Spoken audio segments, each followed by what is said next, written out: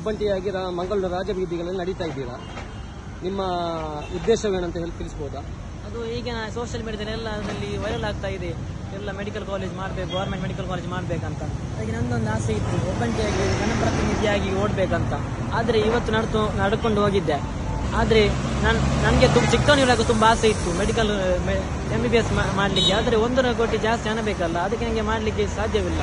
ಈಗಿನ ಸರ್ಕಾರಿ college hello ಮಾಡಿದ್ರು ಕೂಡ ಪ್ರೈವೇಟ್ ಕಾಲೇಜಿಗೆ ಹೋಗಬೇಕು, ಅದಕ್ಕೆ 2 ಲಕ್ಷ ಜಾಸ್ತಿ ಹಣ ಬೇಕು.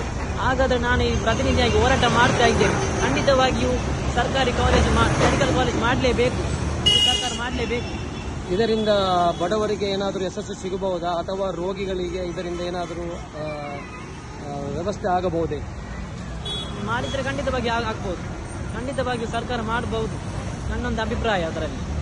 ದಕ್ಷಿಣ ಕನ್ನಡ ಜಿಲ್ಲೆಯಲ್ಲಿ ಸಾಧಾರಣ 22 ಲಕ್ಷ ಜನ ಇದ್ದಾರೆ. ಆದರೆ ಇಲ್ಲಿ ಸರ್ಕಾರಿ ಮೆಡಿಕಲ್ ಕಾಲೇಜ್ ಇಲ್ಲ, ಪ್ರೈವೇಟ್ ಮೆಡಿಕಲ್ ಬೇಕಾದಷ್ಟು ಇದೆ ಇಲ್ಲಿ. ಹೌದೌದು. ಹಾಗಾದರೆ ಪ್ರೈವೇಟ್ ಮೆಡಿಕಲ್ ಕಾಲೇಜಿಂದ ಜನಸಾಮಾನ್ಯರಿಗೆ ಏನು ಫಾಯ್ದೆ ಇಲ್ವಾ? ಇಲ್ಲ, ಹಣ ಬೇಕಲ್ಲ, ಹೇಗೆ ಫಾಯ್ದಾ? ಹಣ ಬೇಕು. ಖಂಡಿತವಾಗಿಯೂ ಸರ್ಕಾರಿ ಮೆಡಿಕಲ್ ಕಾಲೇಜ್ ಮಾಡಿದ್ರೆ ನಮಗೆ ಲಾಭ ಉಂಟು. ಈ ಪ್ರೈವೇಟ್ ಕಾಲೇಜ್ 2-3 ಲಕ್ಷ ಎಲ್ಲ ಜಾಸ್ತಿ ಹಣ ಕೊಟ್ಟು ಹೋಗ್ಬೇಕಲ್ಲ ರೋಗಿಗಳಿಗೆ.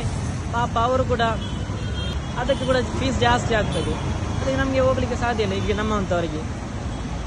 ನಿಮ್ಮ ನಡೆ ಎಷ್ಟರವರೆಗೆ ನೀವು ನಡೀತೀರಾ? ಮಂಗಳೂರು ಮಾತ್ರವಾ, ರಾಜಬೀದಿ ಅಥವಾ ಇನ್ನೆಲ್ಲಿಗಾದ್ರೂ? ರಾಜಬೀದಿಯಾಗಿ ನಡೀಲಿಕ್ಕೆ ಮತ್ತೆಲ್ಲಿಗೆಲ್ಲ ನೀವು ನಮ್ಮ ಆಂದೋಲನವನ್ನು ಕೊಂಡೋಗ್ತೀರಾ?